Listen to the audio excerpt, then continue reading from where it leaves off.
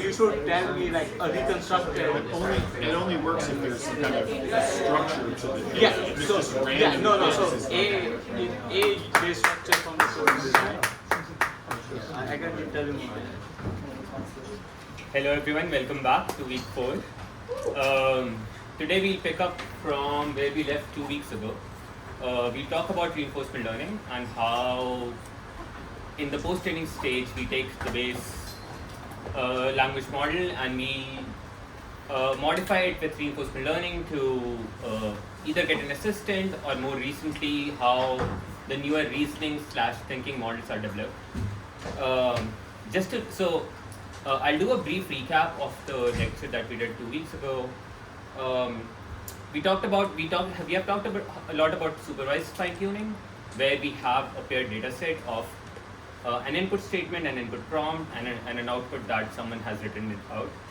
How reinforcement learning differs is instead of telling your base language model, hey, this is the right answer, you let it try different things out.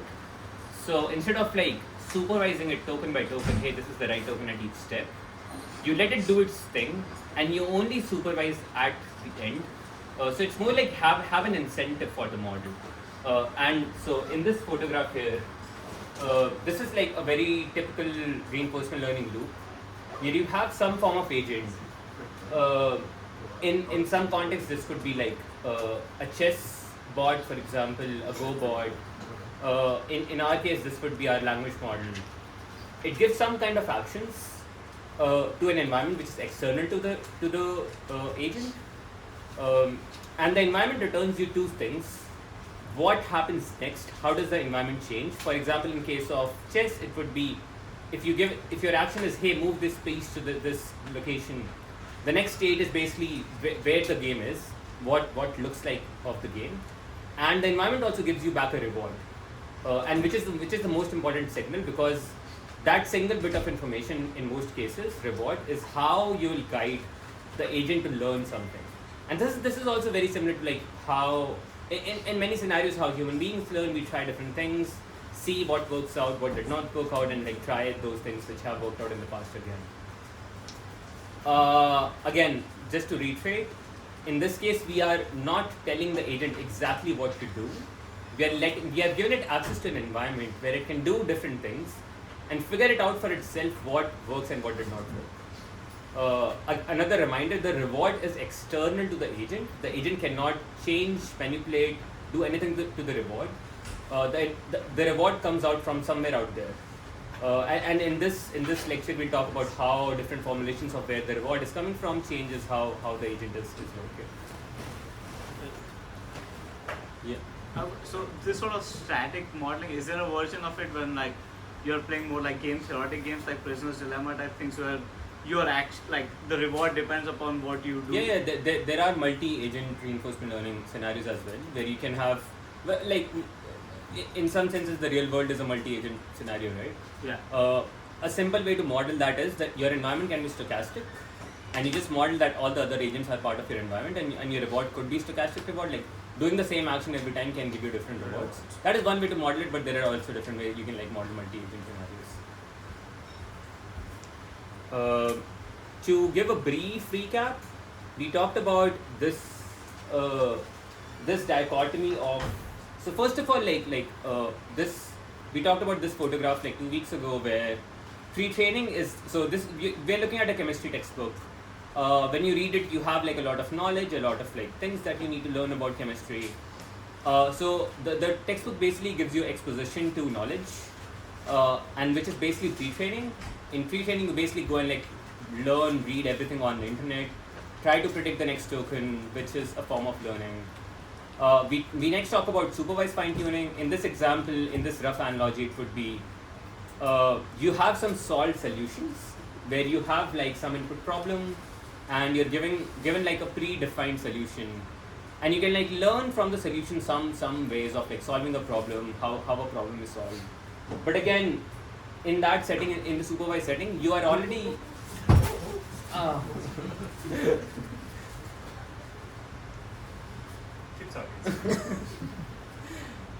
in the supervised setting, you're already given a correct answer, And all you're trying to learn is behavior cloning, where you're already given a true solution and you're trying to learn or mimic like what the true solution looks like. What we want to talk about in this lecture is this thing called reinforcement learning, where you are given like prompts and you can like practice different things, and you're not given how to do this, how to solve the thing, but you're only given a final answer. The final answer in this case can be like the answer key to a solution or something, but you have to try different things and figure out how to actually do the thing for yourself. And that is the main paradigm of reinforcement learning, again, where we just incentivize with the correct reward, and how to reach that correct answer is up to you. In theoretically, in the extreme case, you can bypass a human. That would be my guess, because, and that has happened before in other domains, because you have to reach a correct output, but you can discover strategies along the way of how to like solve the problem. We talked about this dichotomy of there are at a high level there are like two ways you can look at it. Is if you write a solution, there are like some cases where it's very hard to verify the solution. For example, if someone asks you like, hey, can you write a poem on AI safety, or like famously jokes have been very hard for language models, or writing an essay on some topic. Verification is not a very trivial task. Like you cannot write like a very straightforward Python program which will like look at the output and like say, hey, this is the right answer. One way we talked about last time is this thing called like you collect a bunch of human preference data, train a proxy for human, where some human has already told you, hey, this is good, this is bad, and that would be your reward model, and that is giving you a reward. Again, this thing is external to you. This only will guide you to take some actions. But we also can have an easier case where you have like a problem like a math problem or some code which can have test cases, and this is a easy to verify solution where generation would be technically very hard. Like generating a solution is much harder than just verifying the solution. In the math case, let's say you have like some exact values of what x would fit this value, etc. Or like what the equation would look like. So there are like some very easy form of verification, but again, we still need access to a correct final answer. What we don't need is like how to arrive at that answer.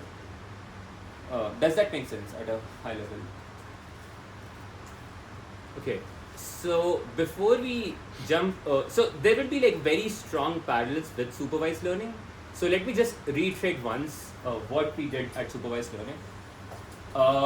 At a high level, I labeled it as you know the correct answer basically at each step.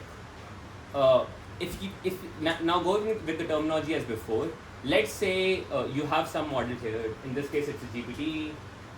It's given some inputs. In this case, machine learning. This is like just the first line from a Wikipedia page. Machine learning is a field of study in something. The colors here are different tokens. That is how we learned about tokenization before. So each color will be basically one single input to the GPT.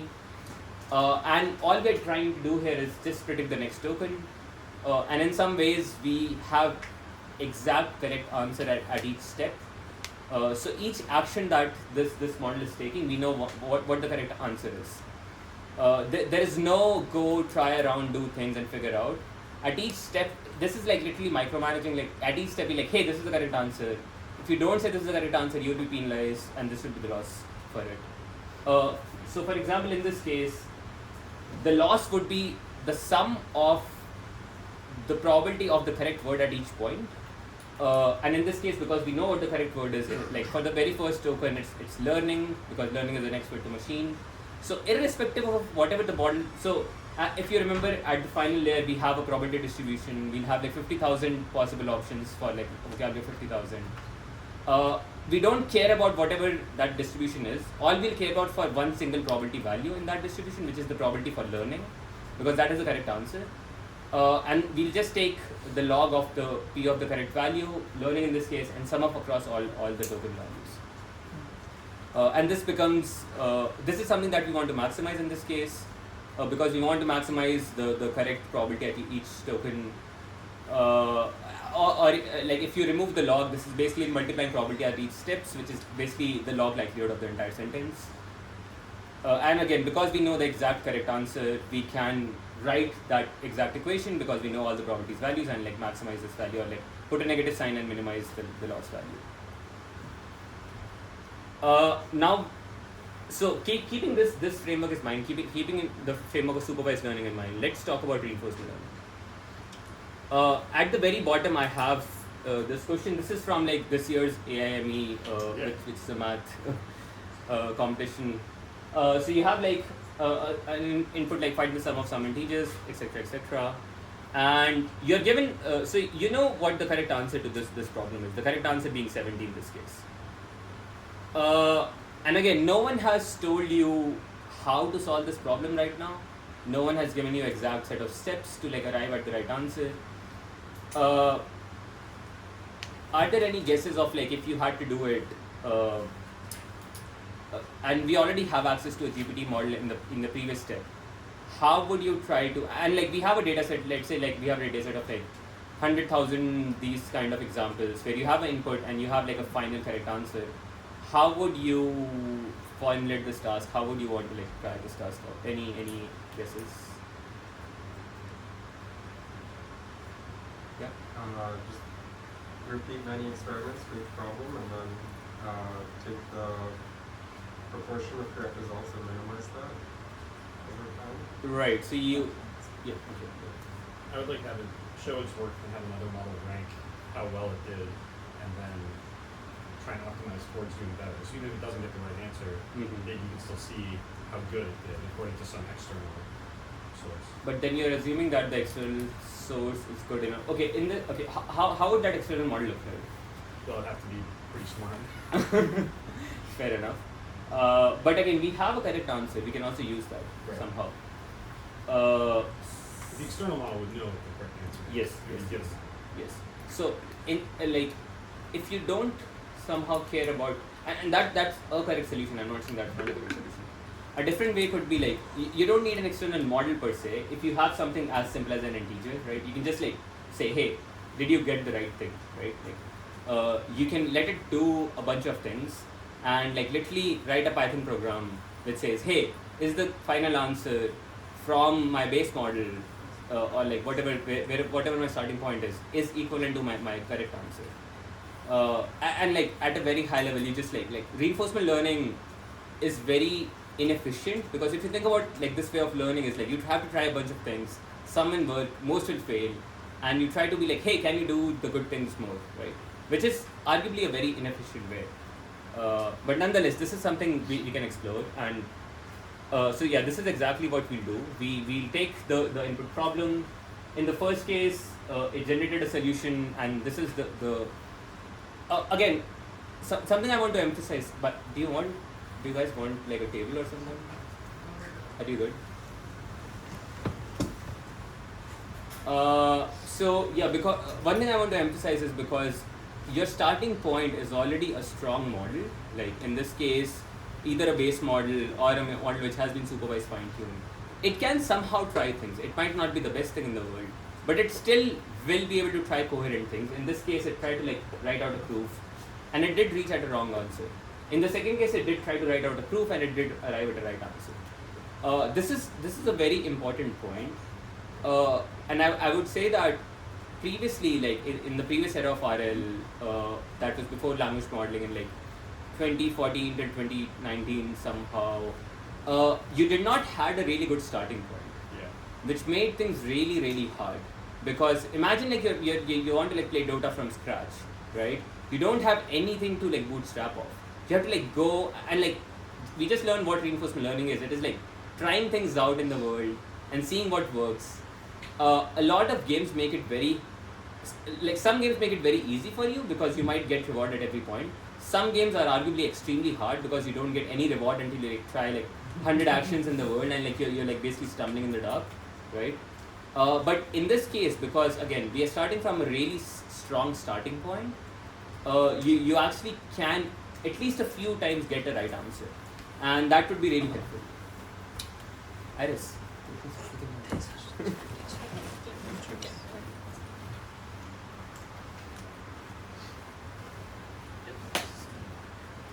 there also this phenomena here where if you plot on the x-axis the percentage of time you get the right answer, where like there's some sort of phase transition where unless you get some threshold you will like never learn in an RL environment,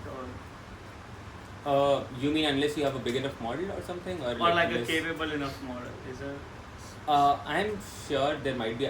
What you are asking is like basically, is there a scaling law? No, I had in mind something like in a a kink, in a single. like a kink in. I actually, It has to sometimes get the right answer if you're using the GRPO at least, because otherwise it has nothing to. Yeah, no, Nothing but to worry. is it Let's fine see. to win like 1 out of 1,000? That seems too bad also. If it just guessed and got lucky, no. But I think if it had the correct line of reasoning, it could Yeah. hold on that. Right. But we're not evaluating the reasoning. We are not evaluating the reason. Well- associations in some way. We're not evaluating the reasoning, but if it got the right answer, we're going to encourage similar lines of reasoning. Right. So how does that work? Are you going to go through how that works mathematically? Yes. That is what this lecture That's is. next, okay. Yeah. Yes. So I think this problem itself is pretty challenging. When evaluating a problem like this, do they give it easier problems that's actually sub-steps of a problem like this? No, we never start with any. That could be possible. That is one way. People have tried that. Yeah. For example, a different way you can think about it is like, how about you train a different model which evaluates each step of the reasoning, right? Right. That's a bit of hand-holding. Yeah. So this is what is called as outcome rewards. Mm-hmm. You get a reward at the final outcome. Yeah. There's another way which is called process reward, where you can like get a reward at each step of the way. Yeah. Before O1 came out last year, or actually before DeepSeek R1 came out, and we talk about this in this lecture. Right. There was a lot of speculation about like how O1 is done, and process reward are basically giving a reward at each step was very high on the list. Mm-hmm. The thing is that's just very hard to do because you need as we just talked about, you need another model which should be good enough to like evaluate each step, and also your hand holding, right? Right. I'm talking about actually problems that are still outcome based but just easier problems Right, to right, start right. training. Yeah. with. So I have not seen curriculum learning per se. Okay. But sure, curriculum learning could be one way where you like build up the data set along the way. You could test this hypothesis with if there's problems that V3 base can never solve and R1 can sometimes. Yeah. That would support your hypothesis, I think. I have a question. Why don't you just turn each one of these things into a document and say, it is wrong that, blah, blah, blah, it is right that, blah, blah, blah, and put them, like, just add them to the training set now. Yes, you can do that, but we'll have the same problem as before, right? What you're asking is supervised learning. But if you have all this, if you have the set of supervised learning. Right, documents, but again, we don't have the like.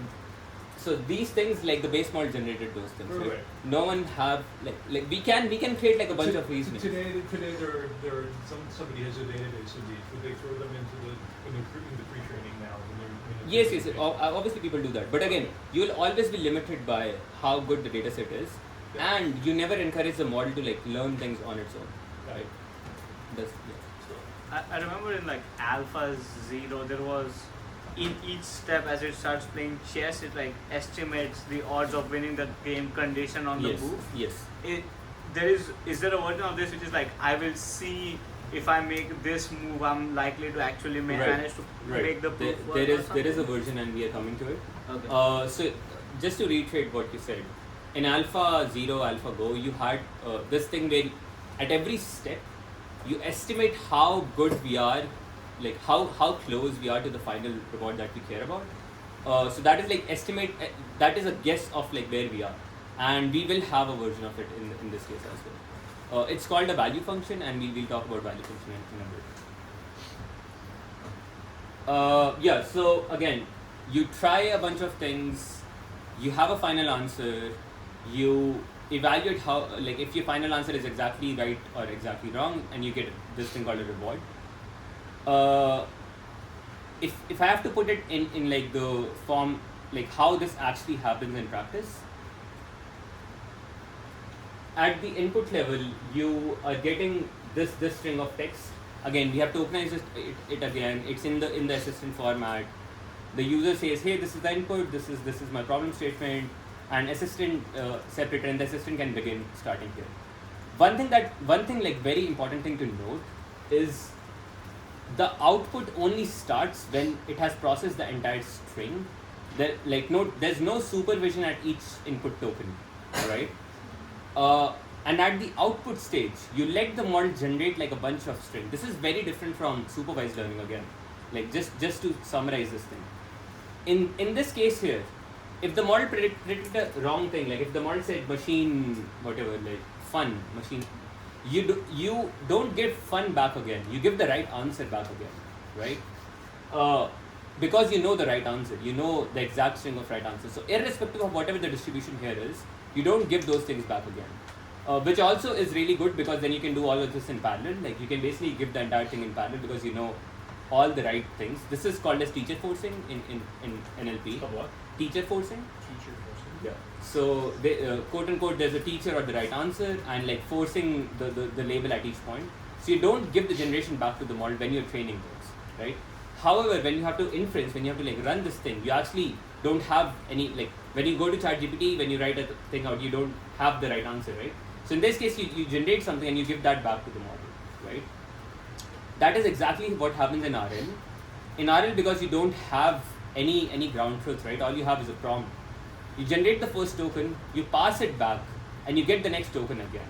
So you're actually like during RL, you're both first doing it in inference mode, because in inference mode you have to generate a bunch of sequence of string, right, to get to the final answer, which in this case is boxed 70.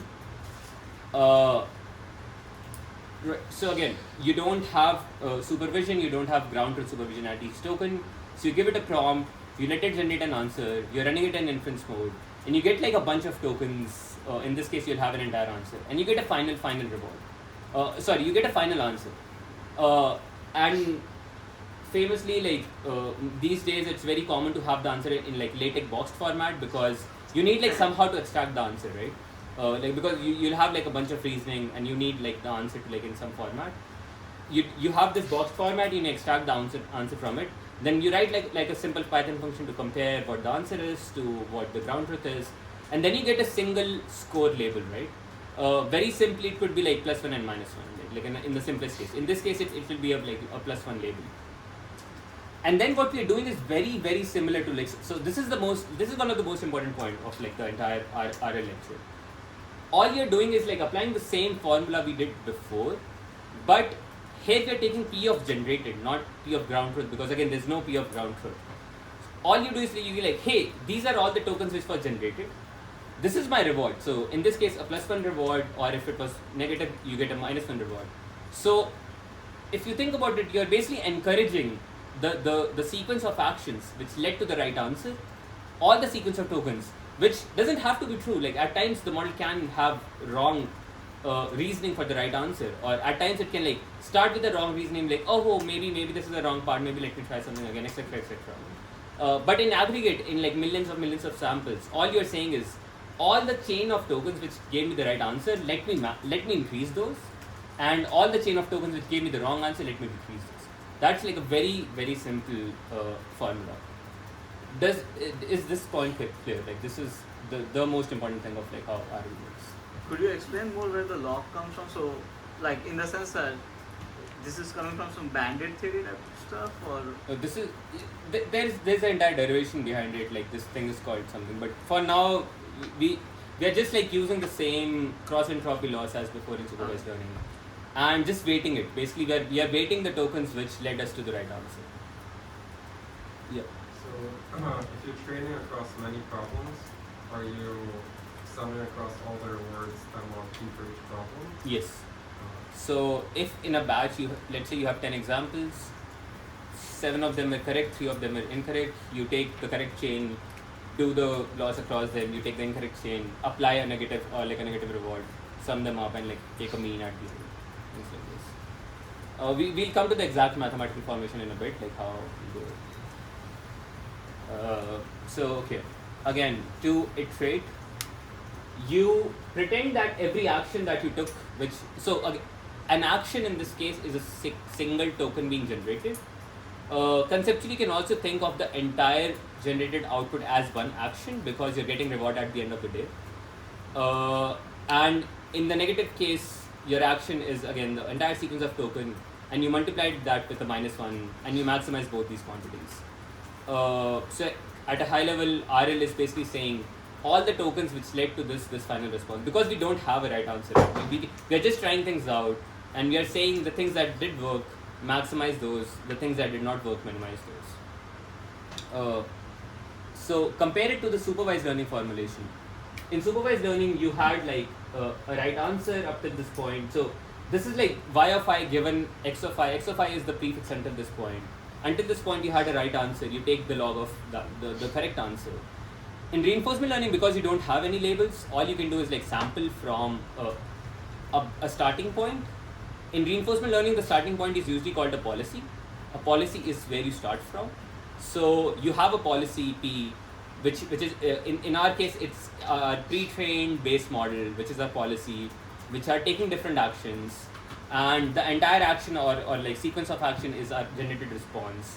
And then you go and say, hey, all the tokens being generated, I'll take the probability and multiply this thing. I just suddenly change this to A from I. I'll talk about what A is. We'll multiply it by this thing called advantage, and we'll just maximize the things which were good and minimize the things that were bad. Now let's talk about advantage for a bit, because that is another big point of like entire RM. So usually like rewards can vary a lot. They don't have to lie within like some fixed distribution. And so okay, actually before that, this formulation is called policy gradient. This is the most simplest basic RL algorithm. This was I think the very first version was by Rich Sutton in 1999. This is the same guy who wrote the bitter lesson for context. And this is the very simplest version of policy gradient. In between like 2015 till 2019, there were many improvements on this variation until we arrived at PPO, which we'll talk about in a second, which was an algorithm like trained.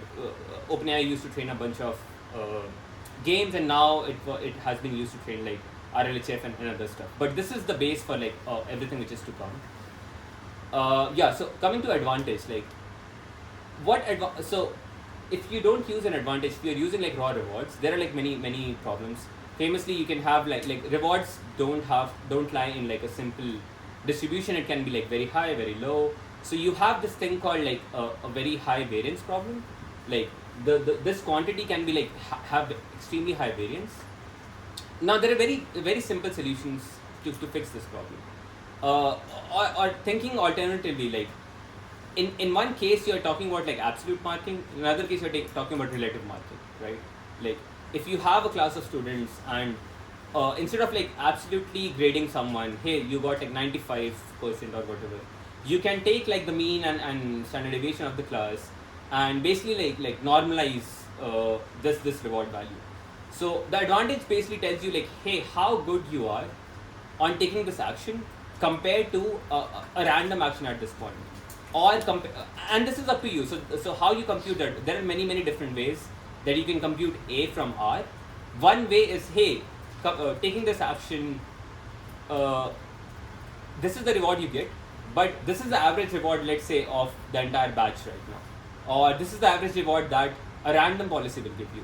Or this is the average reward which like the past policies are given you. So how you scale from R to A is up to you, and there are many different design choices. And every design choice basically gives you a new algorithm in RL world. And we'll talk about different, like, basically the next table is how different, how this advantage is calculated in different algorithms. But again, at a high level, advantage basically tells you relative to everyone else or relative to some baseline how good you are. So we are like grading absolute in terms of absolute and not in terms of relative. Sorry, the reverse. We are grading in terms of relative and not in terms of absolute. Are there any questions at this point? Yeah. In this case, you said, you only know the output, like correct output. But Yes. You don't know the path that gets to the output. We don't. How do you measure like reward or? Oh, we just get one single reward at the very end, Yeah. and if the final answer was 70, which was correct in this case, you give reward to all the tokens along the path. You basically give the same reward to all the tokens in the path, which is again like a very naive, very simple way, right? You can have a more complex etc strategy, but because we just don't know how to evaluate prefixes, we just know, hey, this is the final answer, and because the final answer was correct, I'm assuming the chain of reasoning will be correct, or in aggregate across millions of samples, the chain of reasoning would be correct when the answer was the right answer. So you give like the same reward plus one to like all the intermediate tokens that you have. So in terms of measuring the advantage, at the very last step where you are like one step away from the last like correct results, would all the ones that led to the correct answer have the same advantage? I'm coming to that in a bit. I'll talk about that in a second. So in the case of the KL divergence, there's only like one correct answer. Here is there like, so we don't have to worry about the minus q log q term. Is there some like minus term here like for Not right now. This is all we have right now. In policy gradient, this is the only formulation we have. and we don't penalize like longer response. Like we don't want like not the geodesic not in the not in basic policy gradient. We'll talk about what problems this has and like other solutions, but in this case, no. This is the formulation. I suppose this.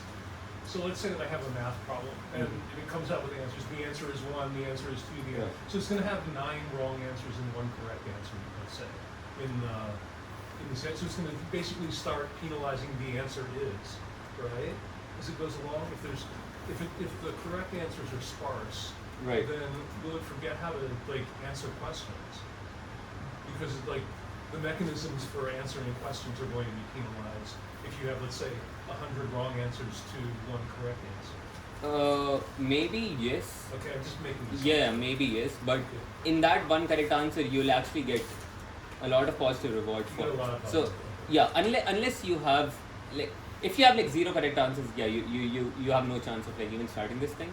But if in a batch you do get, not just that, there's also a thing like, let's say you give one single input and you generate like 10 different outputs, Okay. right? Yeah. If some of them do lead to correct answer, you still have a chance of winning. Okay. Does that make sense? I mean, I'll look at the details. Yeah, it's pretty short. Yeah. Oh, just this equation does it. Yeah. Is it known how reinforcement learning affects like the gradients that are produced by the learning process compared to like SFT or pre-training? Like if it's since they're does that make sense? You mean mathematically or in Q? Like empirically, like since they're different training phases and they're used as like this pipeline.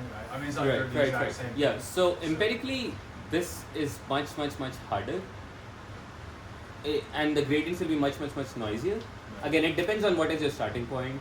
Like if you are doing this for like non-language model scenarios, if you are doing this for like games where your starting point is like literally a random network, you will have to like do millions of samples before you like arrive at something, and the gradients will be very noisy. For a long time, you might get like your reward will be very small, etc. Compared to SFT, you have like a very straightforward, strong signal gradient. Learning is very easier. The regime, like everything is much simpler in like SFT world, and everything like basically things never used to work in RL world until recently. So do we know why it is that? Maybe I misunderstand. Oh, Like why it seems like RLHF was treated like this like capstone on top of the whole training process that like made it all come together. Like, though like when you describe it like that, it almost sounds like it would be you ideally like never do it. It doesn't work Right. super well. But again, there are a few reasons why. The biggest reason I would say why is your starting point is a strong model. Your starting point, your base model itself is extremely capable to give you right answers at least a few times, possibly many times. Does that make sense? I guess it's like what is there something special about RL that made it this like given, maybe I'm wrong, like I always assumed like RLHF was the thing that made ChatGPT like really presentable to the world and gave it like an extra level of capability. Right. And so is it that it like unlocked a bunch of data that wasn't available before, or was So, at least for RLHF, the commonly held belief is that the as we talked about last time, the assistant persona is in there. RLHF helped it elicit that persona and be more chat-y like, right? Does that, because like you're rewarding for when it is helpful, when it is harmless, etc., etc., and you're rewarding for all those tokens. So in a way, RLHF is actually an easier problem compared to what we are talking about right now, because right now you want it to like go through a set of reasoning to arrive at like solve really hard math problems, etc. But in RLHF, you all your again in RLHF, as we talked about previously, the reward is a human proxy, and a human proxy is also a relatively easier signal to gain or like get a higher reward compared to in this case where you're like, oh, you get the final answer or you don't, right? Like this. So RLHF is like arguably a bit easier scenario because again all our base models are very very capable. Like they do have those persona and you can elicit them, and RLHF helps you elicit them all. Then I guess in RLHF for each response you're like getting a thumbs up or a thumbs down. Yes. So you're like on average getting like at least half the stuff is getting a positive, while here you could like make 100 attempts and only get one right. Technically, that thumbs up, thumbs down, you're not directly like training the model. You're like you're most likely training the reward model. And like, yeah. Okay. Moving on, I just wanted to touch a bit on different forms of advantages. So, so this is a table of like different forms, variations of advantage you can use. In a simple setting, your advantage can just be a reward function. You don't have to like change anything. And as I mentioned, it's simple, but it has very high variance. Another one you can have like this thing called reward to go, which is you actually sample the entire trajectory from this point onwards. A lot of this becomes very simpler in language modeling because in language modeling, as we previously mentioned, an action is basically your entire set of final response. So in a way, you're only taking like one single action. You don't have like many complications that you used to have in like regular like RL.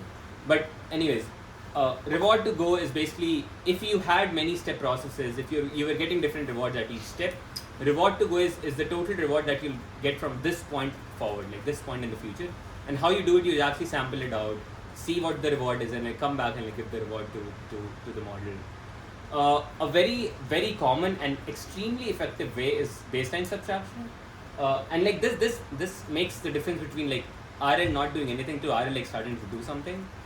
And in this case, you basically take some form of baseline.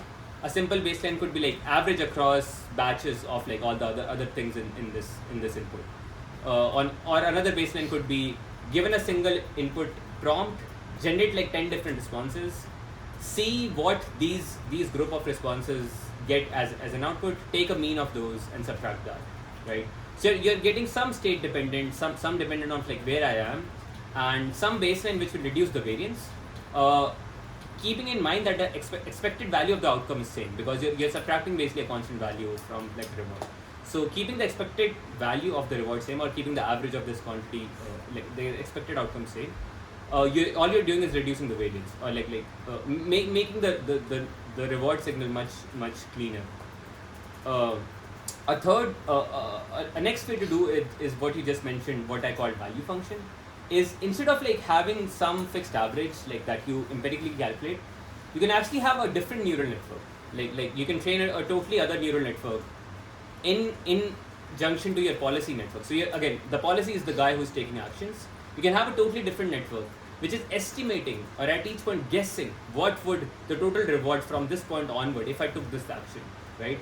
Why it is good because you don't actually have to like do the entire thing. You don't have to like simulate the future. You just have a neural network. It takes the input and see, hey, this is my guess. If you take this action, this is what the reward will look like, right? This is called as value function because it gives you the value of taking this action in a particular state that you are in right So this is another very common form of advantage estimation where you take like your reward and subtract the value function, and there are like a few others you can like do normalize, etc. But I mentioned these two, the baseline subtraction and advantage, like the GAE way of estimating, because they will be very important here. Yeah, just to summarize, using plain reward nearly never works. You need to like have some form of variance reduction. Two most common solutions are you reduce the baseline, which is the most simplest solution, and the baseline can be very different things. One example of baseline is you, for the same input, you generate a bunch of responses, see what reward that they get, take the mean of those things and like subtract it. Or you like train another neural network which takes the same input, take what action you're about to take.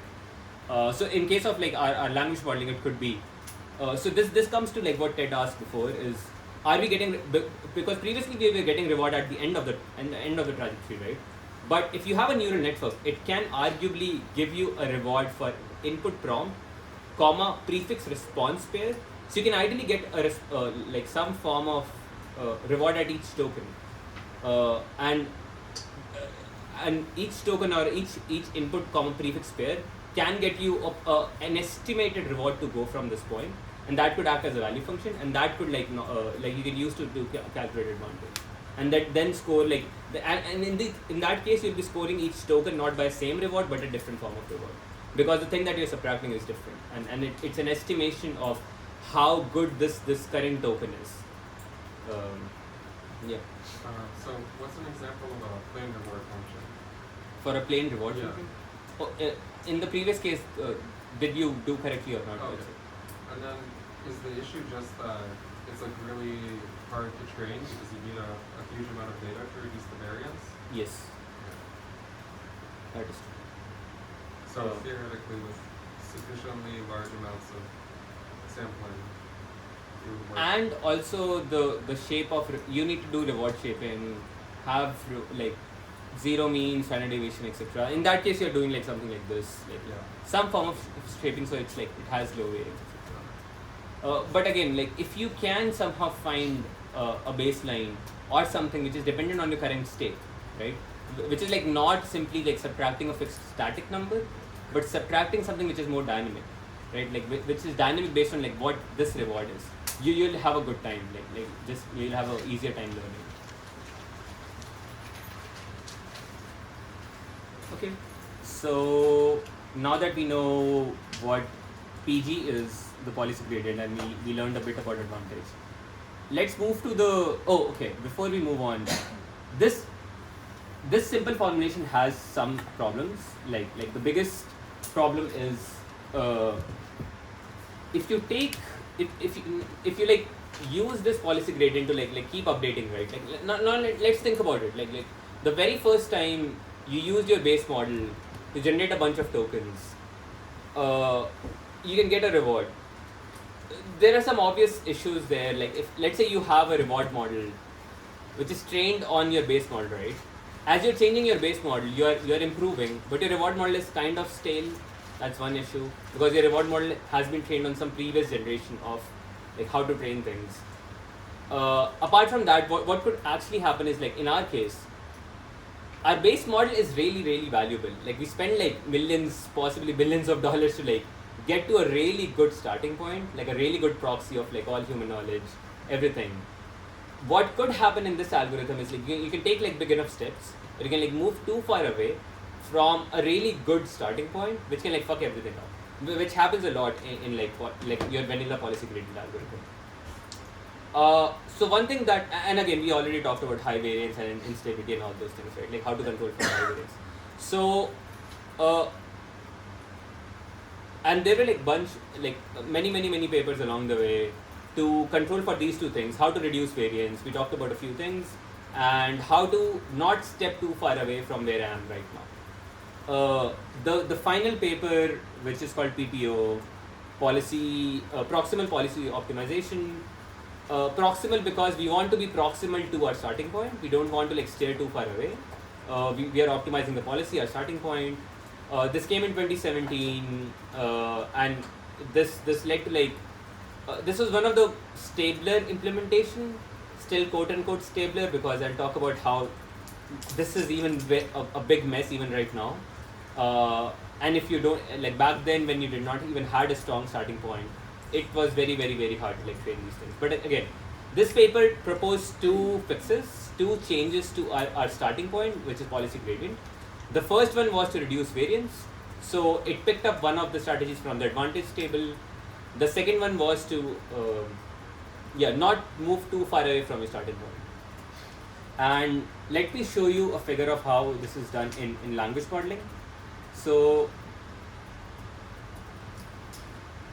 okay, so the yellow boxes are fixed. First of all the colored boxes are neural networks.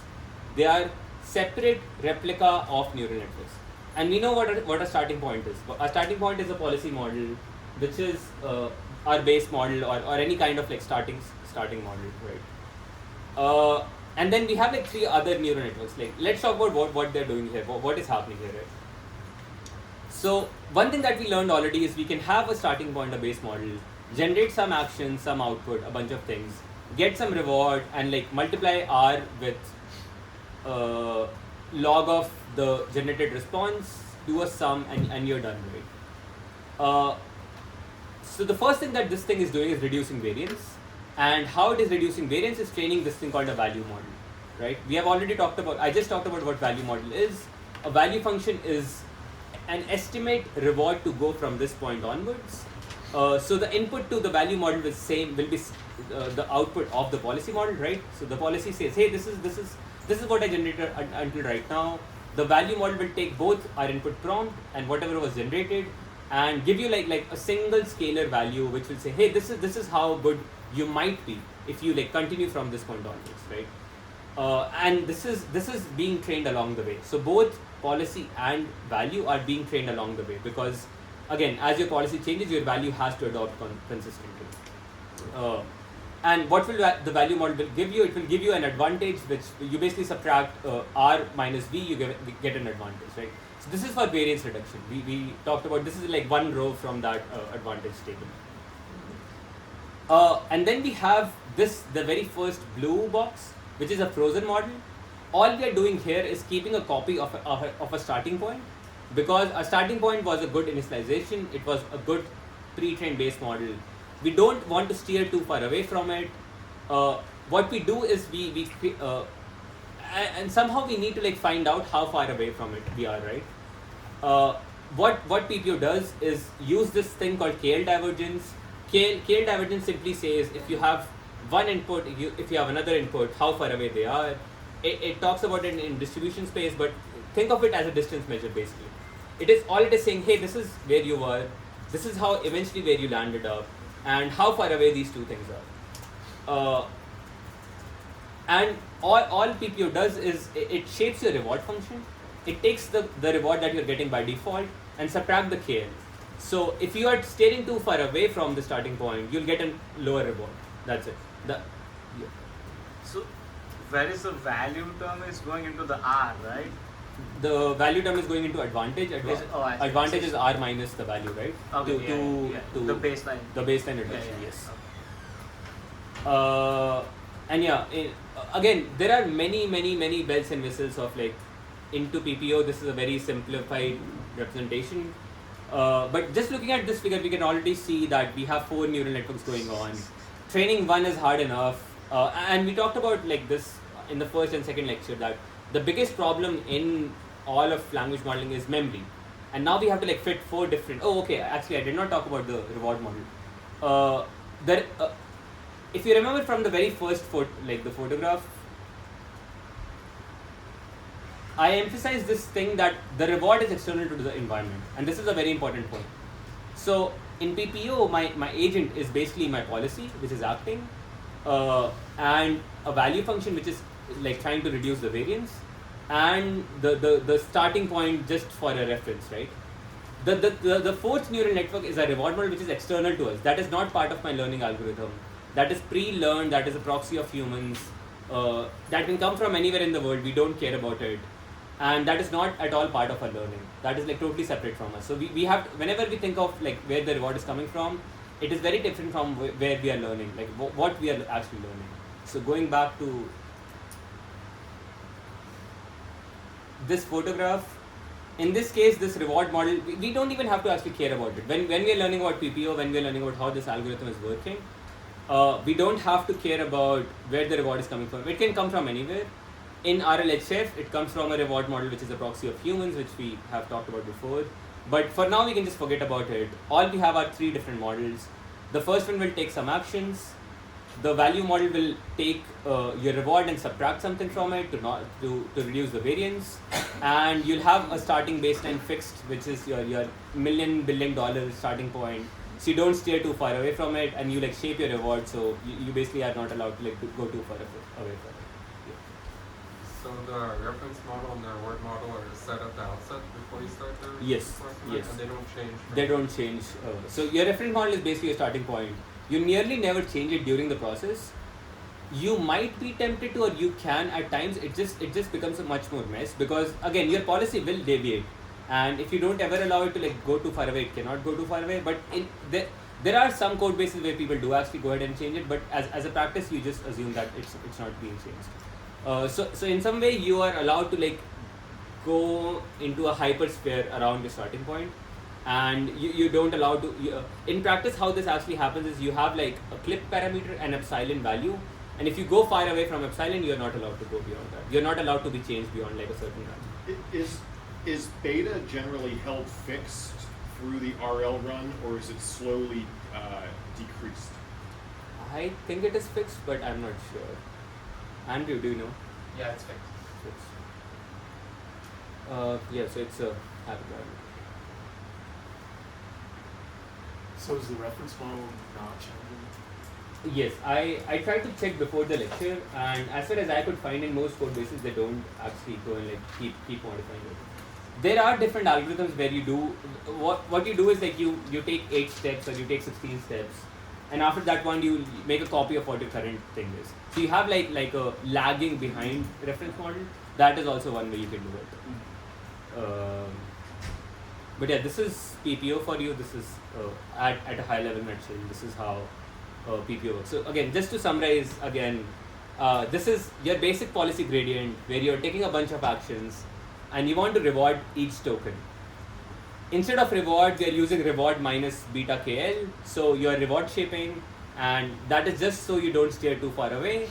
And instead of using reward, you're using reward minus some estimated value to go from this point. That is so your variance don't increase, and for that you need to train a different value model. And you need to like keep all of them in memory, which is again, as I'm repeating again and again, is a very big problem, which we'll fix in a second. Do they have a new baseline logo or the reference and reward matching? Yes, that is very true. So how people actually do this is even more complicated. Like, and we'll talk about, we'll have a lecture where we'll like probably open up Llama paper and see how it happens. If I remember like in one detail, what they do is they do this for a week, then they go back, collect more data, go to humans, collect more data, train another reward model, and come back and do this thing again. Go back to humans, collect more reward, and so in reality this is much more messier, but yeah, this is a simpler representation.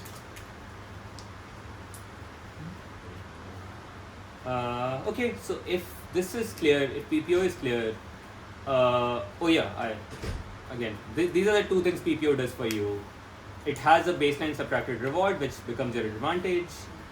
Where PPO, like where you make a little guess from the value function of like what you can earn, and your advantage become your actual reward minus the guess. So you're always like, your all advantage in a way is like the surprise that you have in some senses. You're always trying to like maximize your surprise, like because your guess is included in the algorithm. So however, like what the real world gave you over what you thought you'll actually get.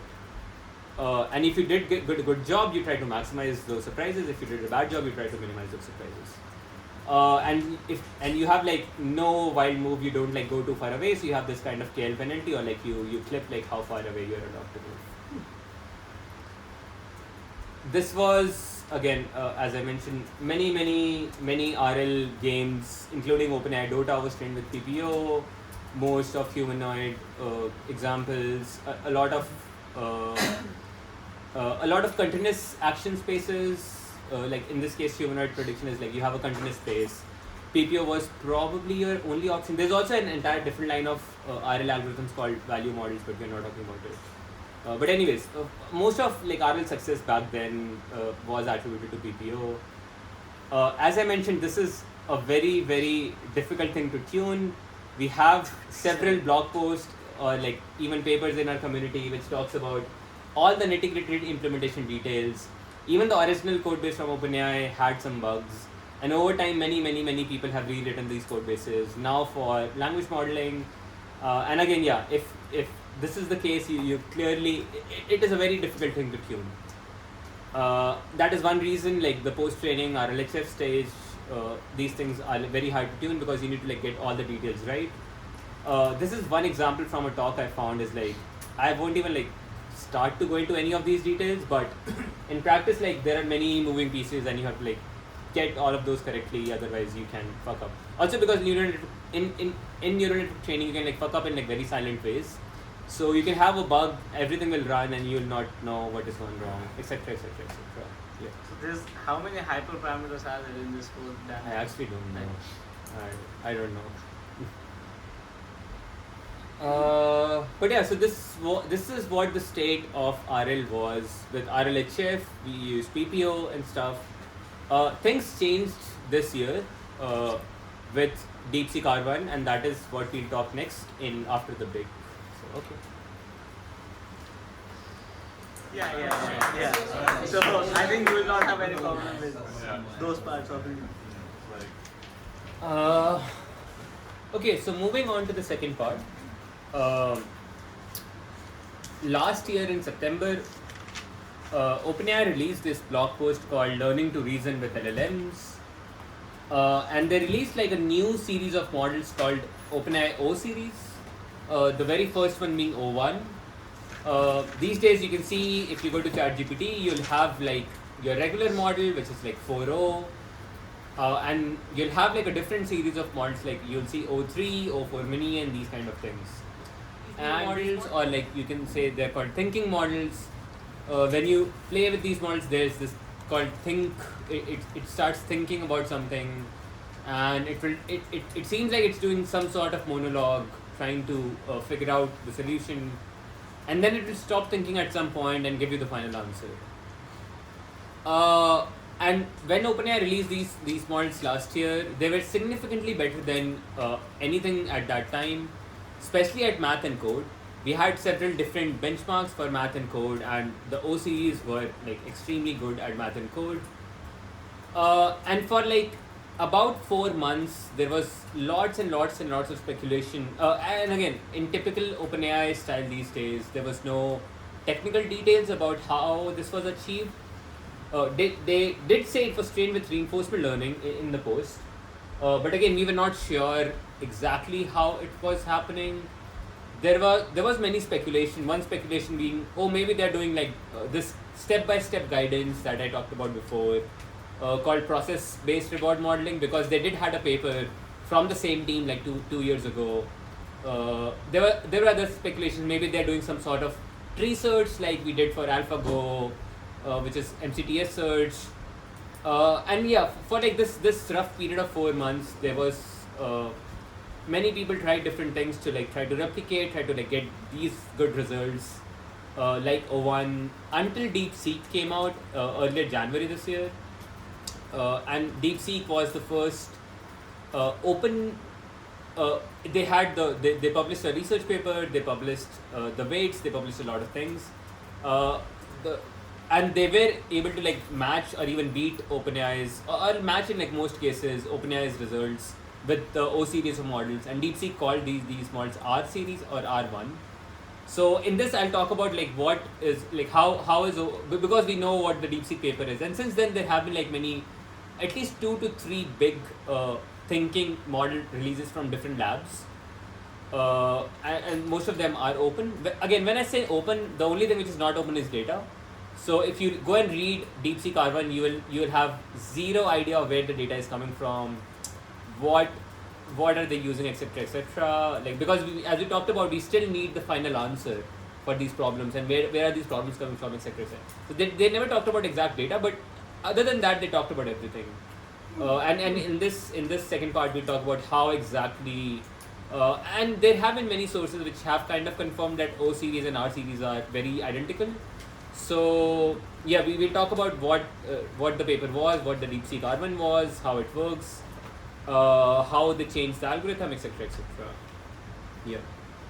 I'm curious about PPO that we've been talking about so far. Mm-hmm. In terms of like timeline, is this what O1 is using, or is this something that people have been trying after let's say like after 4.50 or like 4.0, but have not been able to get to O1's level. Like, Right. where does PPO fit? So PPO came in 2017, if I'm correct. Yeah, 2017. And we know from our timeline, GPT-2 happened 2019, etc. Right? The Dota thing happened in 2019. So around 2019, we were still going big on RL. I think Dota was one of the last OpenAI's biggest project on RL. And then GPT-2 happened. I think 2020-ish, we started using PPO for all the post-training stuff. Like more concretely, when ChatGPT was released, it used PPO to do the RLHF part. So to summarize, the first is pre-training or base model, then you have SFT, supervised fine-tuning, and the third thing is RLHF, which uses PPO, and OpenAI used PPO to post-train it to make assistant. None of this thing has anything to do with math and code, or this is the non-verifiable part of the equation. In the very start, we talked about the non-verifiable part, and we talked like two classes ago, the non-verifiable part, because it doesn't have a verifiable, you train a proxy model, like a proxy for human, which gives you a reward, which is called a reward model. I see. Right? Now we are talking about is the verifiable part of the chain. Oh, so PPO is not verifiable. No. We just Again. have an answer. Okay. Verify or non-verify is external to you. If you can verify or not, that is where your reward is coming from. So if we go back to this diagram, once you get a response, right? Now it is up to the environment, as we talked about before, to give you a reward. Okay. If your environment can easily verify or hard to verify, that has nothing to do with your algorithm. I see. Right? Your algorithm, PPO or any form of learning algorithm, is totally agnostic to the kind of reward that you're getting. Because again, as we mentioned before in this diagram, the reward is external to you. So PPO, the agent learning from PPO, is totally agnostic to the kind of reward which is coming with, because that is totally external to you. So if the reward is verifiable or non-verifiable, that is totally agnostic or independent of the learning algorithm, which is PPO in this case. I see. Okay. Actually, one more question. So, like, how does PPO help with RLHF? That's like the piece. Right. So this photograph that we had was actually for RLHF. So this is like exactly for RLHF. So in this case, you have a starting point.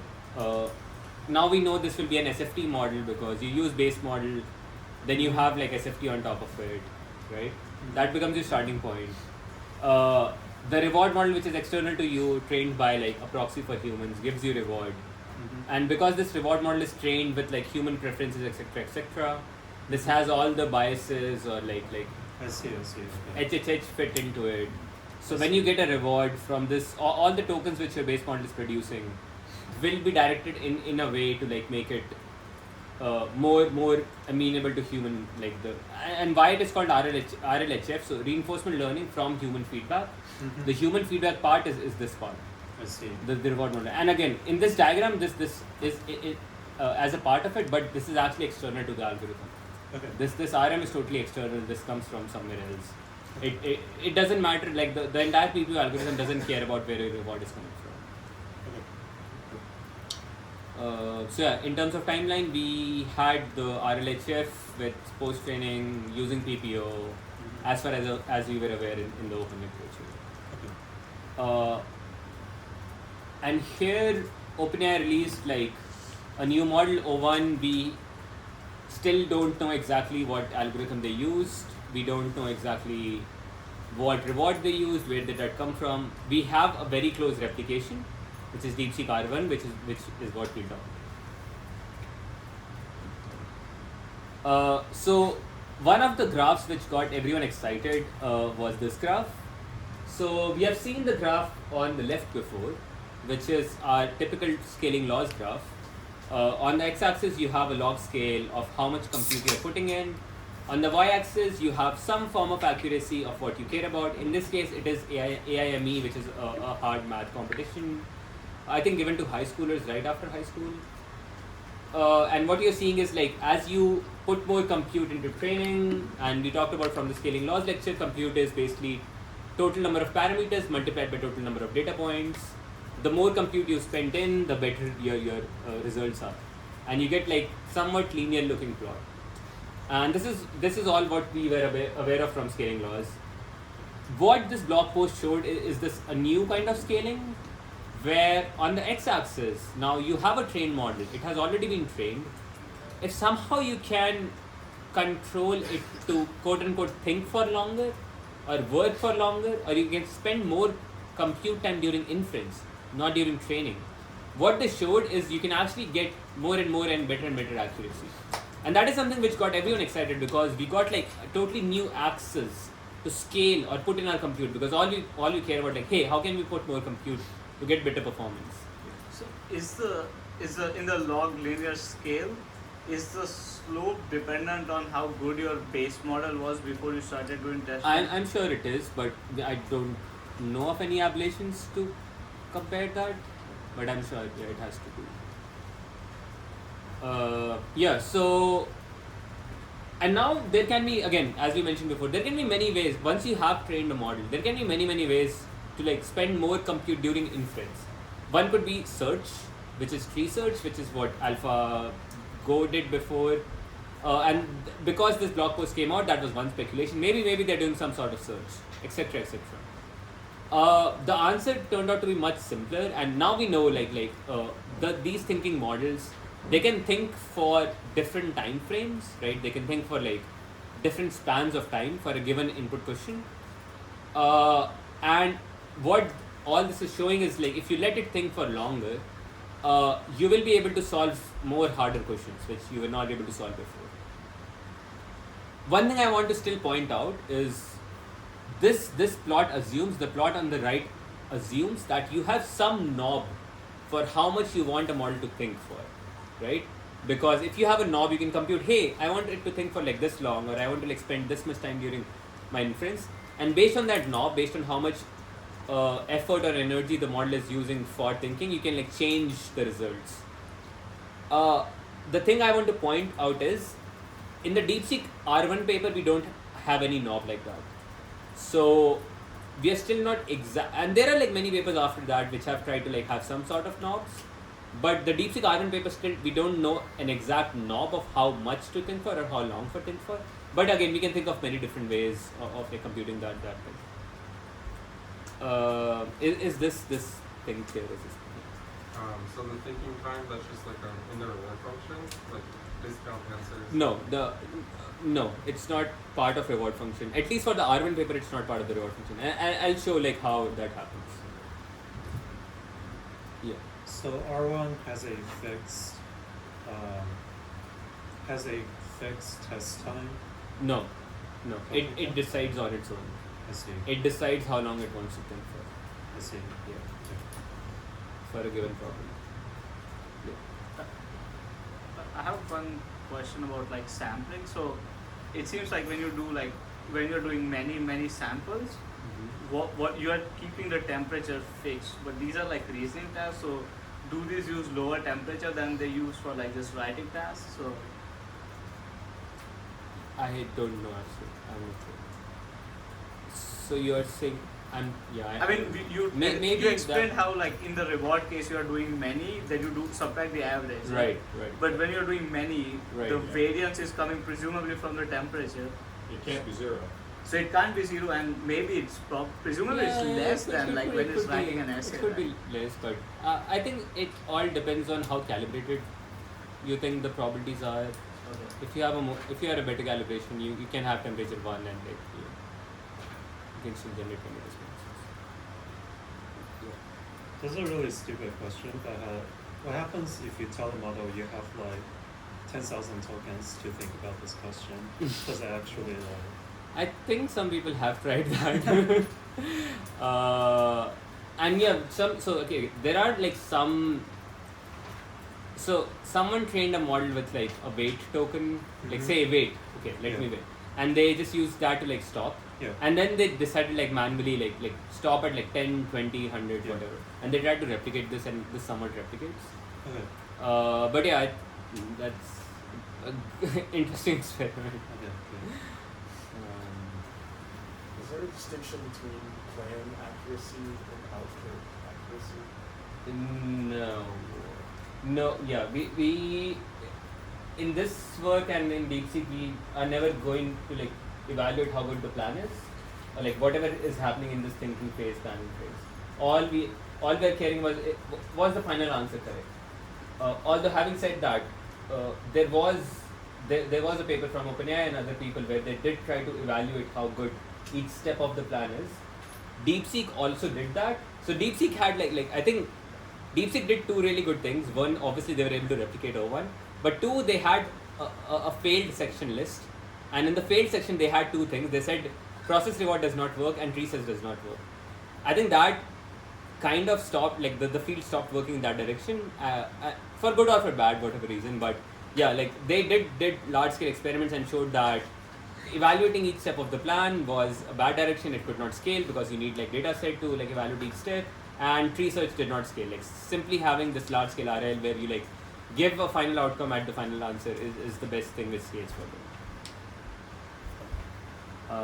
Okay, so and yeah, this is, I mean, I'm sure if people have seen this in ChatGPT, this is an O3 model. When I gave it the same question from before, it thinks for a while. Also, if you are not aware, OpenAI does not actually show you the exact reasoning traces, the exact thinking traces, because they were afraid when they released that someone can fine-tune on their reasoning traces and make their own version of O3 or whatever. But yeah, they give you a summary in the traces and they don't like expose the actual traces in there. Yeah, so DeepSeek R1 came in January. It was built on so last year DeepSeek had released like 3 or 4 really big and amazing papers. Their biggest base model, DeepSeek V3, came out last year. They made their own version of PPO, which is called GRPO, Group Relative Proxy Optimization, GRPO, which was also released last year. They have their own version of MOE. They had like a bunch of really good papers last year. And this paper in some ways is culmination of all of those things. So this paper is totally about post-training, because V3 base and all of those things was previous. And this builds on the V3 base that they had on their own base model, and they built their first reasoning model. And this paper showed how you could replicate O1 series of models, thinking series of models, and get like really close results, very similar results on all the math and coding response. And we know like this was a huge social phenomena. Famously, we lost like 1 trillion market cap after being released. Like the entire cap was released because people speculated you don't need NVIDIA anymore, etc., etc. It showed how to replicate O1, and it was one of the first open RL recipes. This also changed the state of the field a lot. Like in the last 6 to 7 months, much more compute effort, many more papers have gone into reinforcement learning. It's a huge, big emerging thing right now, specifically with reinforcement learning with verifiable feedbacks, like with math and code, but also non-verified feedbacks. We are coming back and thinking of like how, without having a human proxy, like without training this human proxy which is byte based, can we do similar strategies, but with like things like writing an essay or telling me a joke. And there are like some really great papers from there. But yeah, this kind of re-emerged everyone anticipation, and there has been a lot of like papers since then in this field. So at a high level, we have seen this diagram before. We have a DeepSeek V3 base model. At the bottom, you get some math problem. In this case, you get like a simple math problem. you have three balloons, each cost $3. What is the total cost, etc. And you because again you have a base model, it can generate some responses. Some of them will be correct. Most of them probably will be incorrect. You get some correct responses which give you the answer 9, and then you have some form of verifier, which because you have a math problem, you can basically get away with like literally like a Python simple program which checks if the answer is right or wrong. If you have integer solutions, or even if you have like math equations, you have like libraries like SymPy which can like compute two math expressions and see if they're correct or not. And then you get like some form of very simple form of reward. We talk about exact reward that DeepSeek used. And then this is basically a loop. As I just mentioned, the exact algorithm they use is called GRPO, which we are about to talk next. It is a modification of PPO. We just learned PPO, and we'll talk about how the algorithm takes the starting point as PPO and remove some things which were difficult to compute or probably redundant, etc. But yeah, this is at a high level we talked about this, and this is the simple loop that we do. This is the exact prompt. So this is like literally the exact prompt they have in the paper that they used for training DeepSeek. It says a conversation between user and assistant is happening. The user asks a question, the assistant solves it. The assistant first thinks about the response, etc., etc. And then they have these they tell the model to like have the thinking in these think tags. These looks like HTML, XML tags, and then they give the final answer in this answer tag. And then they give the prompt, and then they let the assistant speak. So, and again, the base model has no idea what these tags are, right? And okay, another thing. So one thing that DeepSeek did was they were like, we'll start from like literally the base model, like not even SFT, not RLHF, nothing. We'll start by next token predictor, the very simple base model, which is arguably a much harder task, right? They're like, we'll not even like do a cold start. We'll like not start from any examples. Let us start from base model, which literally do next token prediction, and see how far we can get. And they applied this recipe that is called R1 0. So they had two versions of R1 in the paper. R1 0 means it's starting from like zero cold start data, purely the next token predictor. And if you're starting from next token predictor, it won't follow your instructions. We know that it won't do any of these things. Like it won't write things in think token. It won't like write answer in answer token. So you have to incentivize both. I tried it. It's actually quite good. It's actually just quite in good. the base model. I'm sure they have mid With training this or prompt, like other obviously. things. Yeah. I'm sure maybe there are mid training things happening or like other form of things happening in the base model, or it could just do the thing along the way. But yeah, nonetheless, they have two different rewards. The first reward is just to reward, just to have the format reward. So it has a form of format reward where if you are correctly formatting things within think tokens, you'll get a reward. So I'm sure this is for the early stages of training when you're letting the model like follow a certain output. And the second reward that they have is accuracy reward, which is literally take a math or a code and like do you get the final answer, exactly the same answer as a math reward. So in some ways we removed all the difficult parts of reward modeling, finding a proxy human, finding a vibe based reward modeling which can be hacked with a very simple reward function, which is basically a Python function. And not only that, this also like opens up exploration to many different experiments, right? Like no one says this is the exact thing you have to do. You can go back, go to the drawing board, try new ways. Many papers since then has tried to change this prompt, written like more complicated fancy prompts, have tried a lot with like different XML things. So this, I think like the reason that this is so simple, you can just go define your own Python function and try playing with GRPO, this algorithm, makes it even more user friendly to experimentation. So yeah, so since then many people have tried very different variations of this reward function. But yeah, this was what the original paper used. Are there any questions at this point before we move to So that? does this do as well as starting with an RLHF model or on downstream stuff? No. But this gets you very close. They have two different results table. The R1 0 is very close, but not exactly as good as your O1. But if you actually start with SFT and RLHF and all those bells and whistles, like if you start, I'll show you in a bit. If you actually start with good data set, you actually can beat or like be really close to it. Right. So now let's talk about GRPO, like the thing that we have been building up to. So we already talked about PPO, and we talked about like one big problem that it had is like you need to like have this value function being trained in conjunction with a policy model. And so what was value function? Value function was simply something which tells, so first of all, the main requirement was it reduces your variance, right? It was one way to reduce the variance from your rewards. I talked about a different and a much simpler way to reduce the variance, which was baseline, right? You get baseline from somewhere else, something gives you like a bunch of responses, you take mean, remove mean, etc. And that is exactly what GRPO did. GRPO is like, let us just throw out value function like literally out of the equation. First thing it does, it saves you a bunch of memory. Like having one training model instead of two training models is a huge boost.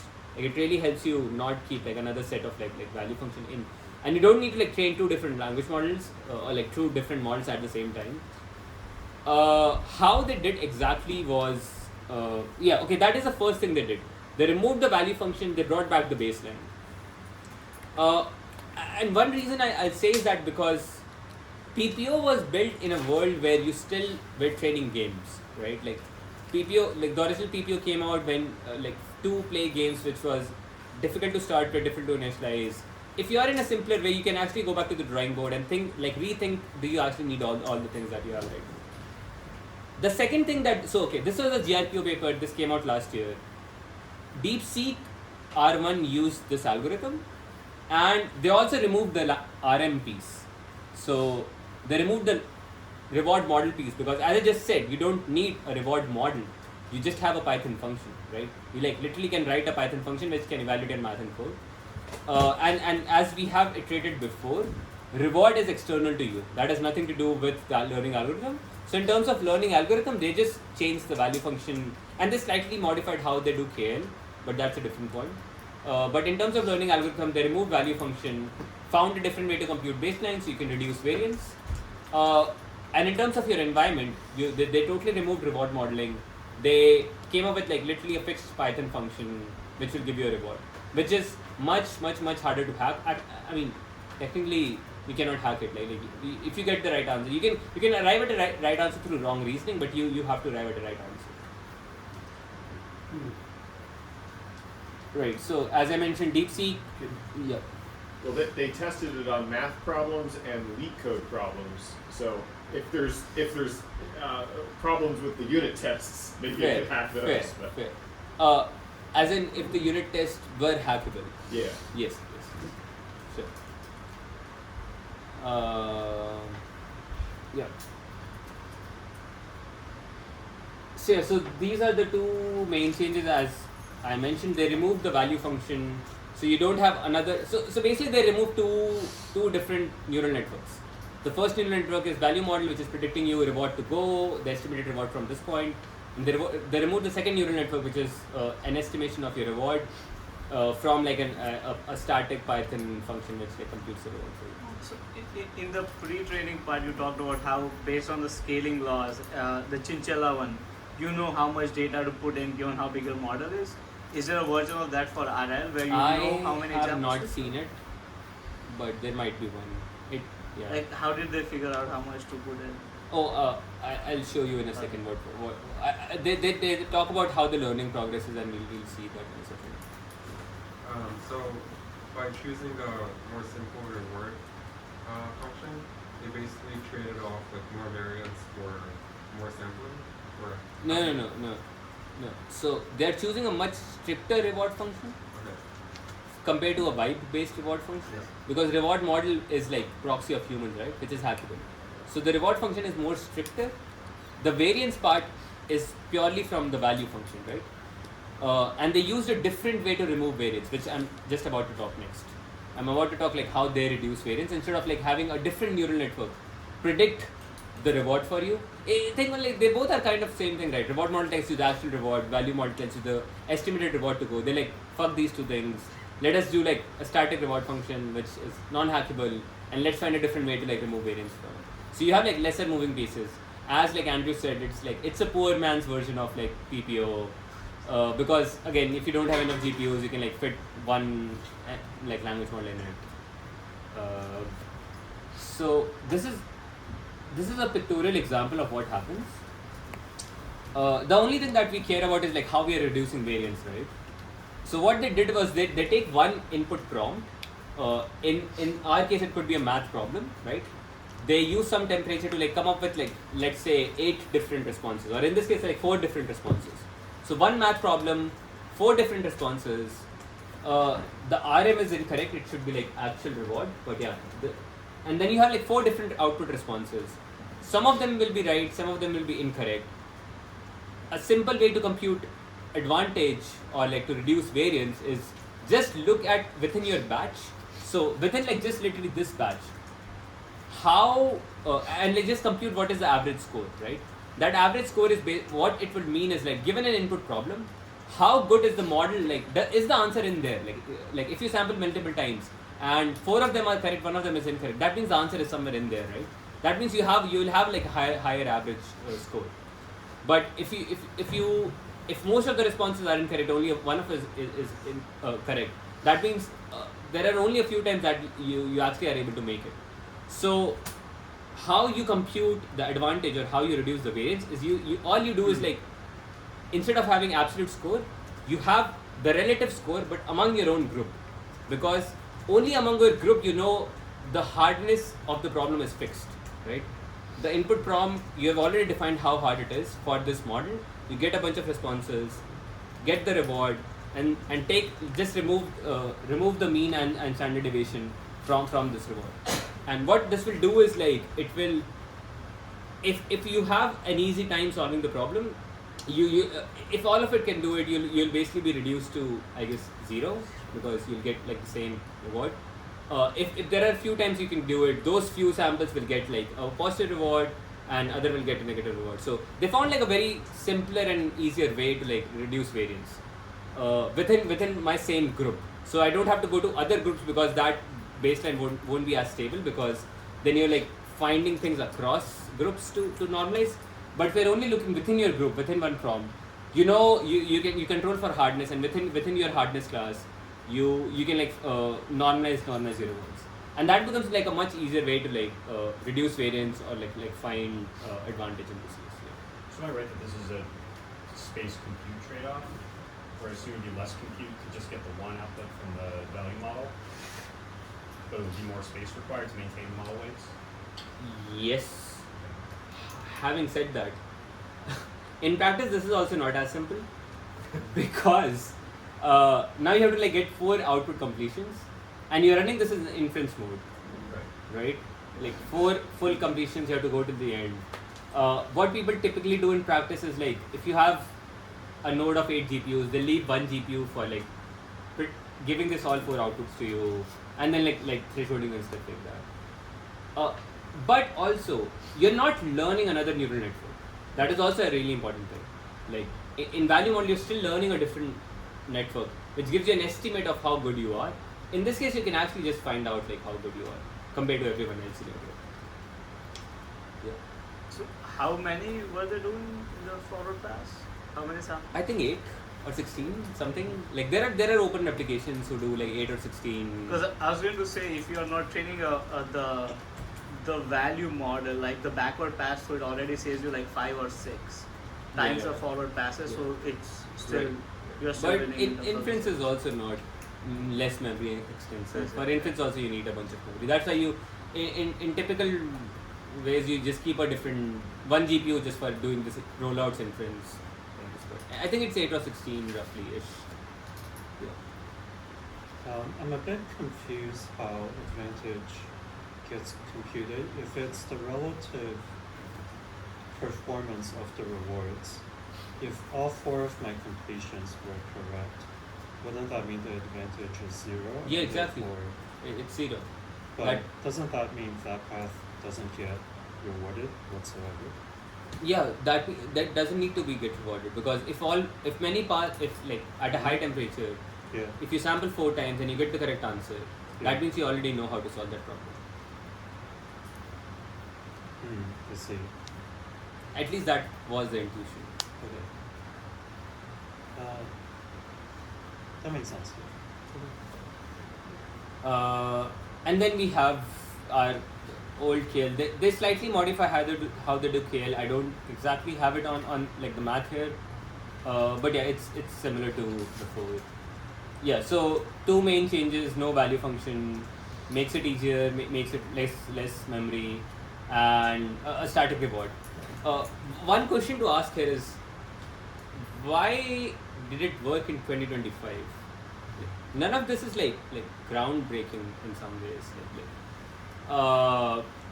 And to be fair, in the last 3-4 years, there are many times people have actually tried having a static reward that is actually the most easiest thing you should try, right? I don't have a great answer for this. The only answer people give is like for everything else, you have a bigger base model, you have a good starting point, a much better starting point. But I don't have a great answer why it worked now or why it actually works now. And maybe GRPO is somewhat to be accounted for, like not storing things, make experimentation easy. People also say once OpenAI came ahead and showed something is possible, it becomes easier to make it possible. That could be another thing. Just something better data. Definitely possible. Most likely that is the answer. Yeah. But yeah, this is what GRPO is, and these were like two graphs which were very fascinating in the model. So on the, okay, let me zoom in. This graph, what we see is the model is being trained, and on the on the y-axis we are seeing accuracy for, again, any AIME. This is R1 0. This is the R1 being trained purely from base model. And one thing we notice is as the model is being trained, you get your performance increases and increases. The a very similar graph as like the O series model showed before. But noticeably, this was also very interesting, where they showed like as the model is trained on the y-axis, the length of the responses also keep increasing. And the narrative, at least in the original paper, was that hey, see, like as the model is being trained, the model starts to think longer, quote unquote thinks longer, because the length of the final response is longer. And the narrative being was, if you can think longer, you can maybe backtrack solutions, you can maybe like think of different strategies, you can maybe there are like ways which can emerge where you like start to solve the same problem from different ways. And like this figure was like attributed like the aha moment figure, where they gave the model a problem, and somewhere along the way it figured out, wait. So this is like purely emergent property. Like no one trained for any of this. No one like had these rewards, at least in the original paper. And somewhere along the way, the model is wait. There's an aha moment I can flag here, and let me reevaluate my strategy. So, and this became like the aha moment which people talk about from the paper, where without explicitly training for backtracking, retrying solutions, trying different ways, purely based on literally assigning a final reward value to the final answer. If you do this at scale with large amount of data, many strategies can be emerged because you have a capable base model, and like this is one of the strategies being flagged. Having said that, there is one paper which is quite credible since then. It's called Dr. GRPO, which says how they have a length normalization factor in the reward, which actually makes the length longer and longer during training, and it has nothing to do with like great amazing strategies. What's the name of this paper? Dr. GRPO, dr.grpo. And they try to like correct some very small math bugs in this paper. But anyways, nonetheless, this is something which is obviously exciting. And if you actually like, I tried like when it came out, I tried to like look at the AME responses. It will like output you like tens of thousands of tokens, and they're like just to solve the same problem. It will like, oh, let me try this. Oh, I have an answer. Let me go and like retry it again from a different logic. Oh, maybe this step was incorrect. Let me go and try something again. Yeah. And it will like keep doing this many different times, and like to just to validate or verify that your answer is correct. And this is also something which we probably see with O series sometimes. If you give it a hard problem, to like try different strategies. And the point of this paper was all of this is emergent. Just having a final single scalar at the output, you can have these new strategies like coming up here. Does this have access to like writing code and stuff intermediately or no? Sorry. Can it write code along the way to like help make sense of whether it's doing something sensible or? I don't think just purely from doing this it would happen, but I'm sure now with the O series models they also have other tools Yeah. which help it write code along the Yeah. way. Yeah, so just to summarize things, this is R1 you start with a base model, do pure RL with GRPO and get this thing called R1 which is again would be really good for like math and code. However, they noticed something, and also like the open community has noticed this with like even O series of models that so because again the optimization pressure is on the last token, right? Like none of the chain of reasoning has any optimization pressure, right? Like it can be anything. No one even like asked it to be in English or like even in human language for that matter. And what people have noticed in like DeepSeek is like the chain of reasoning will like somehow start being in Chinese, even if the English like the dataset was in English, or like it will like start thinking in different languages, or probably even in Herbion or like some other things. And people have noticed the same behavior with like even O series of models. It's like something like that sometimes in the chain of reasoning, it will like start language switching. And I probably suspect if you like keep going like doing this over and over, at some level it will probably start being in human language. It doesn't have to be, right? Because the final optimization pressure is only to like have a final correct answer. Like no one says that the chain of reasoning has to be in like human readable format. This is something that they did not like or did not want it because they wanted to serve this model out to the world. So they also started with like another version where they started with like a cold a simple data set which was a reasoning data set. Think of this as math problems, chain of solutions and final answer. So they fine-tuned this and they called this reasoning SFT. And when they did RL, they had the same reward functions, but they also added a reward function so it does not language switch. So it has like the same language in English or like whatever language they care about. Because their reasoning was they just want to serve it and they want human to like read the chain of reasoning and make sense of it. But I'm sure there might be a performance trade-off somewhere. And because they wanted it to be like valuable for other domains, not just math and code, they did your standard RL, SFT and RLHF pipeline to get to DeepSeek R1. Also, they use the same GRPO algorithm for RLHF as well, which is nice because they use the same stack. They did not use PPO anywhere. They use the same GRPO for like all these steps. And now we know like the algorithm is independent of where the reward is coming from. In this case, the reward comes from a Python program. In this case, the reward comes from like a human proxy or something. So yeah, so this is how you get like DeepSeek R1 and like the final DeepSeek model. Any questions? I guess. Yeah. You might have covered this already, but like for the chain of thought, like how they're prompting it to give that output, is that similar to like doing the scratch pad? Is it basically prompting? It's very similar to that. Right. Yeah. Could you explain why you want to do RLHF after the GRPO RL instead of the other way around? Because I don't know.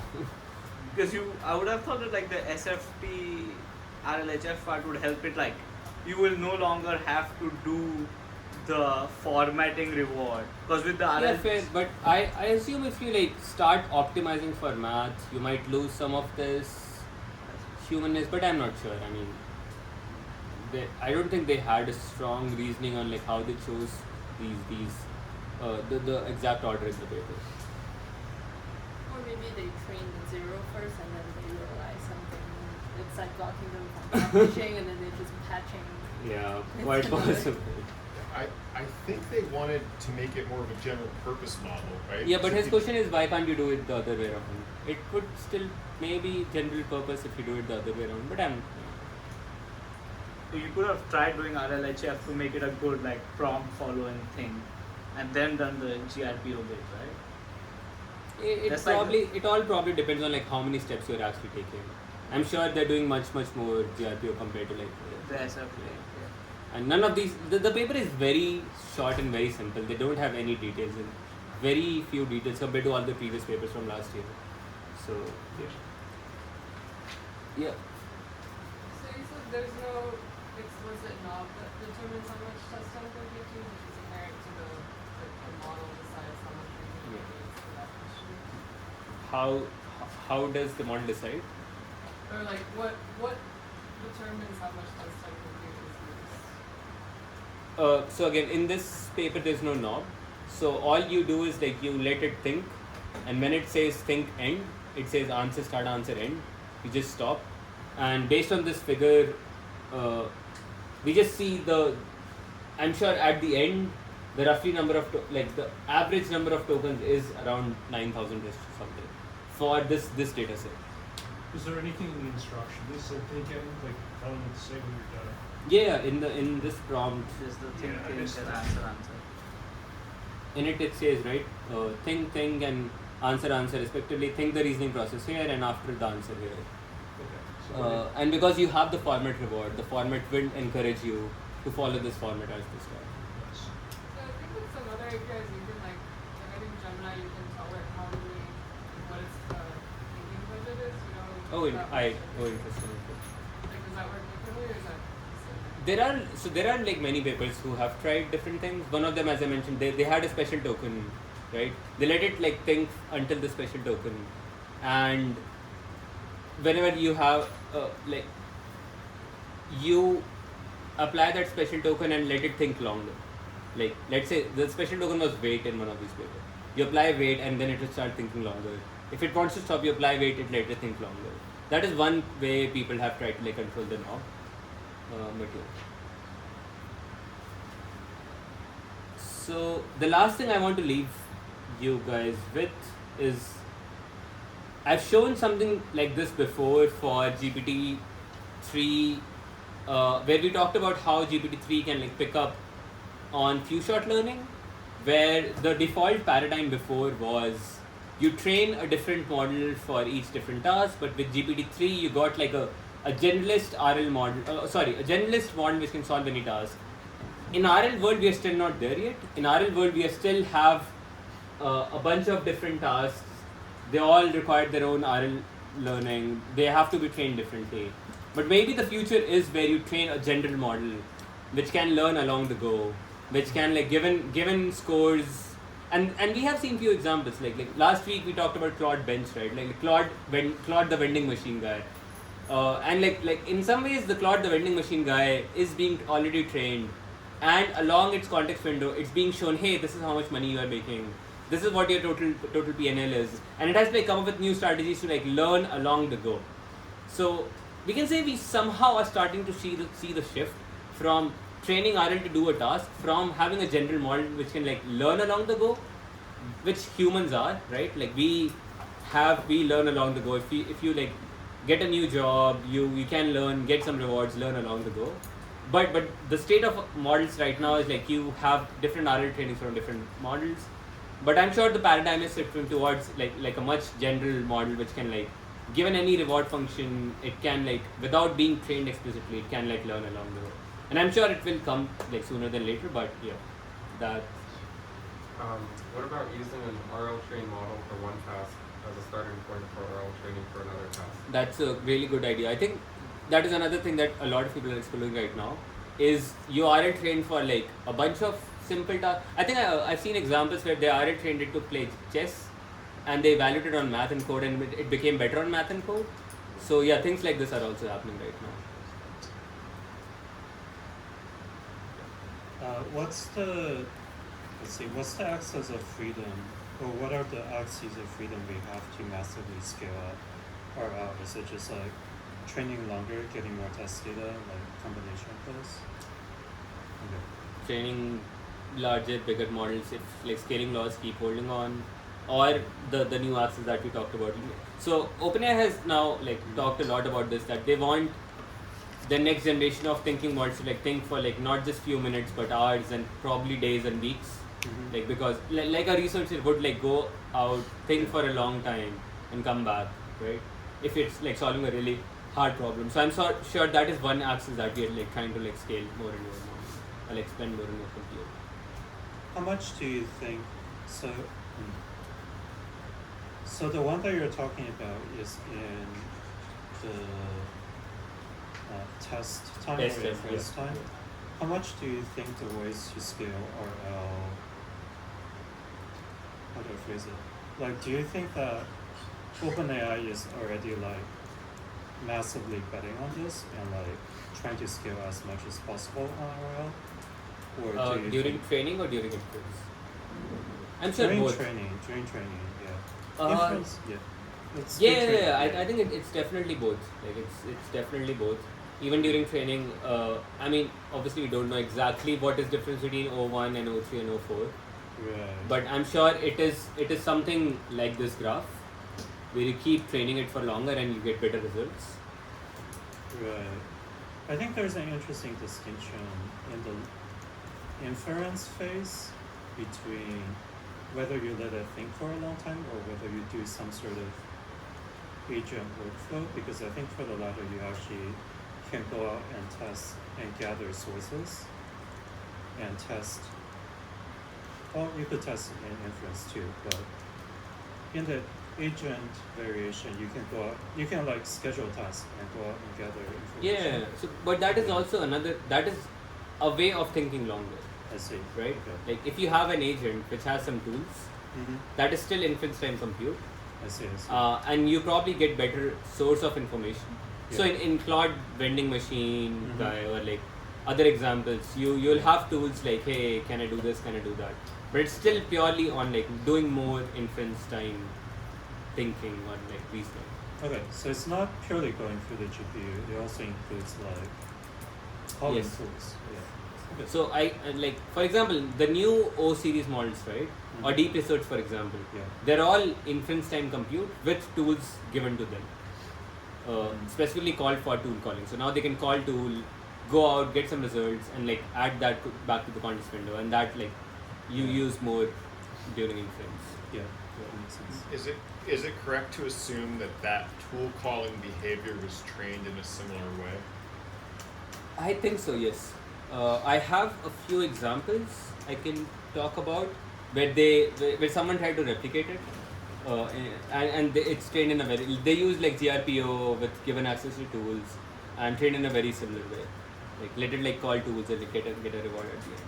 There are like a few. There's a company called Open Pipe who's trying to like be an open source RL for other companies, etc. They released a blog post and there are like a few examples where they had like these tool calling agents trained with GRPO and stuff. Another question. Do we have any idea if, like, so DeepSeek fast followed OpenAI with their R1. Do we know to what extent, like, they stole algorithmic secrets to do that? Like, are they copying what was done there, or is it just like multiple people coming up with the same solution around the same time? To be fair, the GRPO paper came out last year, like even before Owen was there. So GRPO was out there in a way, right? And there were like 4 main hypotheses, which everyone had. Okay, another thing, Kimi 1.5 also came out on the same day as DeepSeek, and they also like share a lot of similarities. So yeah, there were like four famous hypotheses. One of them was this, which worked out. 2 of them were PRM and like tree search, and DeepSeek tried the other 2 as well and said they did not work. So I'm sure it's kind of an independent coming at the same time, because Kimi also came out, and Kimi, another company, their CEO also published like a research blog talking about how they decided on this will work and other things did not work. So it seems that for right now, the not much of a moat is being created by not sharing the algorithmic details. At least with this case, yeah. Yeah. It clearly seems like it. Is it like their tool calling and stuff much better than everybody else? Okay. O3? Yeah, that's what I was gonna say. Yeah. The tool calling parameters is really the most, especially because they're building their own whole tool marketplace and stuff. Also, like coherence over test time is much better. Like it can definitely do stuff for like 4 or 5 minutes. Yeah, but Sonnet 4 can too. You go there for a while. Yeah, Sonnet 4, Opus 4, but they're also closed models. Right. Yeah. Yeah, that is all I have for today, but thank you so much, guys.